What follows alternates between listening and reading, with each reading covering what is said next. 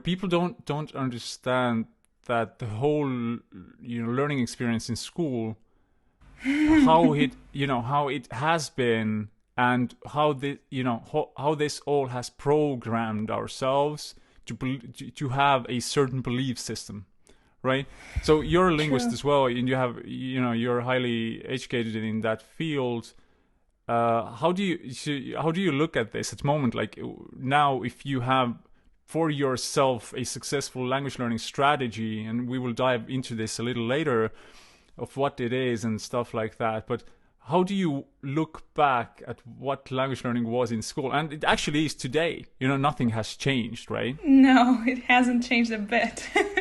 Maybe now because of the pandemic, everything is online, but I think it's even worse because nobody was prepared for it. But just in general, um, I was so lucky that I had amazing teachers. Like, I have no idea how it happened. I was just surrounded by the best teachers up to a point, because when I entered university, I had the worst French teacher.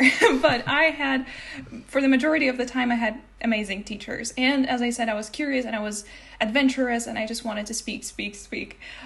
But I was one of a kind, and I was also talented, so I have a very different perspective. But I taught many people, and I know that the schooling system can really, like, how should I put it? It can demonize learning languages because, first of all, you have this classroom environment where you can't help but compare your skills against other people's skills. And if you're just learning something and you're just discovering whether you like something or not, let's say you're learning Russian, because that was my case in middle school. So I was learning Russian for a semester, and I thought that it would be easy because my mother knew Russian and my father knew Russian, and I thought I would be good at Russian. But I couldn't feel that I was so good at it. Like, I didn't grasp it very quickly. It took me a bit of it. Like, it was a challenge for me.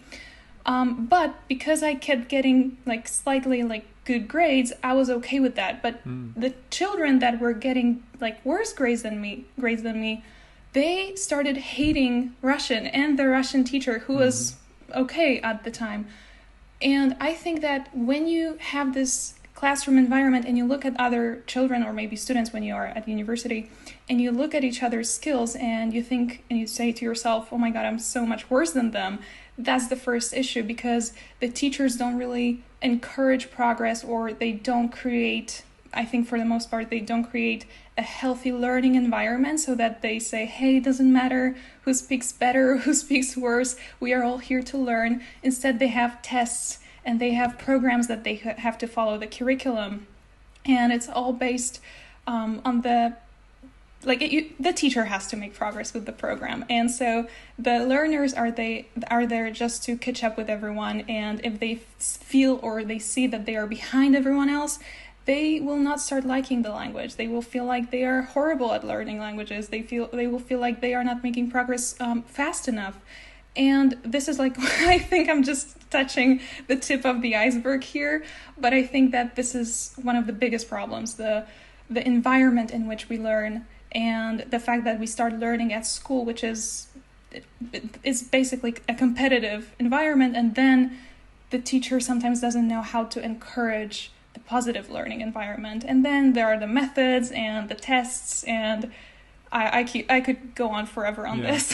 For sure. This is a funny thing. I've been in communication with a lot of education ministries in several countries, and what they tell me regarding why teachers are pacing learners through some curriculum, just we have to be in pace of finalizing this book, this learning manual, for example, then it actually isn't true. Just teachers believe that it's true, but the only thing that is written in national, international and national curriculums is that you need to be on a certain level. I imagine, when I'm looking at such an environment like the school environment, then I can only imagine how a scientist, a climate scientist, for example, is watching what's happening in the world at the moment, right? So it's like it's so, it just drives you mad in a way, but this whole mammoth is so big that you don't know where to begin, because it just takes time, which all innovation does,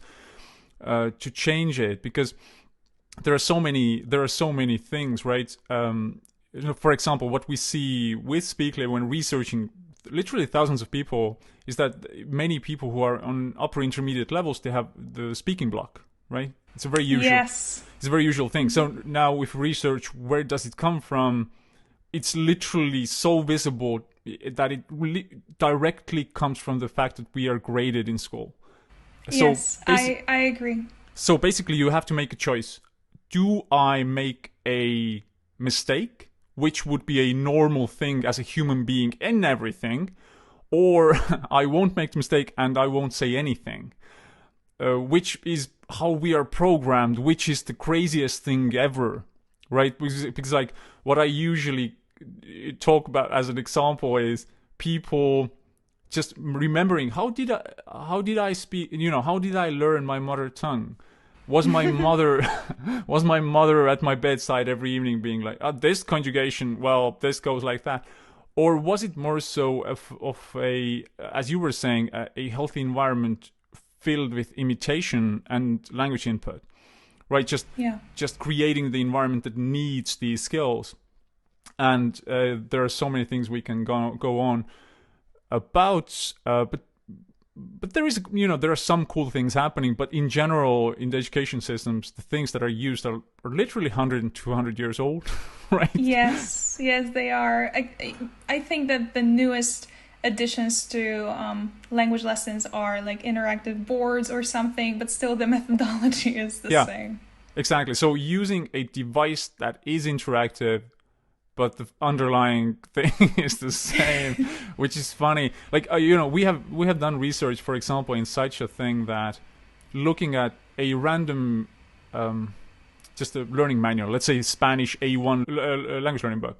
So what we see is that there is a consistent rule happening that throughout these learning manuals, there are actually words and sentences that are not needed in this specific level, because they are put together as a topic, right? So even on this granular level, these things are not thought out, and it kind of enraged me in a way that how can this be in such a way that we are just spending people's time?